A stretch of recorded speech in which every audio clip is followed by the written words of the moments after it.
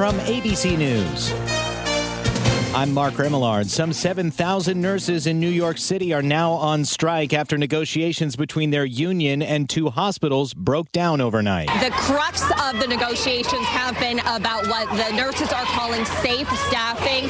Both Mount Sinai as well as Montefiore released statements earlier today talking about how they were unable to reach an agreement with the union. That's ABC's Janice Yu. The two hospitals say contingency plans are in place. President Biden meets with his counterparts from Mexico and Canada today in Mexico City.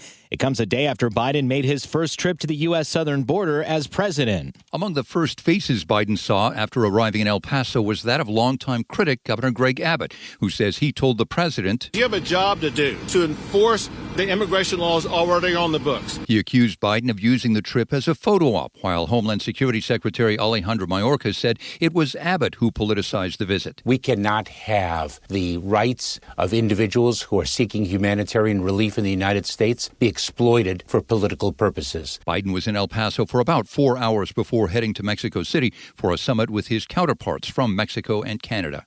Jim Ryan, ABC News, Dallas. 124,000 customers without power in California after more severe weather. President Biden signing an emergency declaration for 17 counties. Authorities in Brazil have regained control of government buildings that were stormed on Sunday by supporters of ex-president Jair Bolsonaro. Bolsonaro's false claims of fraud, the driving force behind the violence. Protesters demanding De Silva leave office, calling him an illegitimate president as they entered government offices for what some called an occupation. President De Silva blaming Bolsonaro for inciting the violent attack. That's ABC's Matt Rivers. The U.S. House returns today after finally electing a speaker last week, the first order of business to pass a rules package. You're listening to ABC News. Police in Houston looking to speak with a man involved in a deadly shooting at a restaurant. Lieutenant R. Wilkins says it all started when a robber walked in. He came into the store. He was wearing masks, gloves. He had a plastic pistol, either an airsoft or possibly a little BB pistol. Comes in, points it at everybody, starts taking wallets and money from everybody that's in there eating. That's when police say a customer pulled his own real gun and shot and killed the suspect. That man then left before police showed up.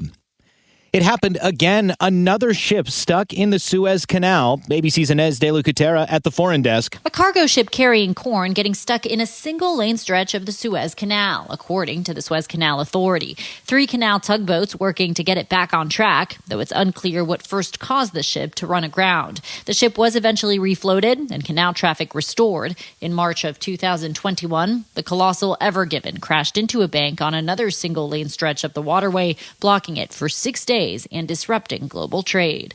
Inez de la Cuetara, ABC News, at the foreign desk. The husband of a Massachusetts woman missing since New Year's Day is due in court this morning after being arrested. Brian Walsh is accused of misleading police. His wife, Anna, was last seen heading to the airport for a flight, but she never boarded the plane. Police say her cell phone and credit cards haven't been used since then. This is ABC News. In a small, close-knit community in Kansas, a group of men started meeting in secret. They were plotting an attack on a local Muslim community, one that could have killed hundreds. It would have completely shaken the foundation of America if it hadn't been stopped by one man. Truth and Lies, The Informant, a 5-part series from ABC Audio coming January 11th. Listen wherever you get your podcasts.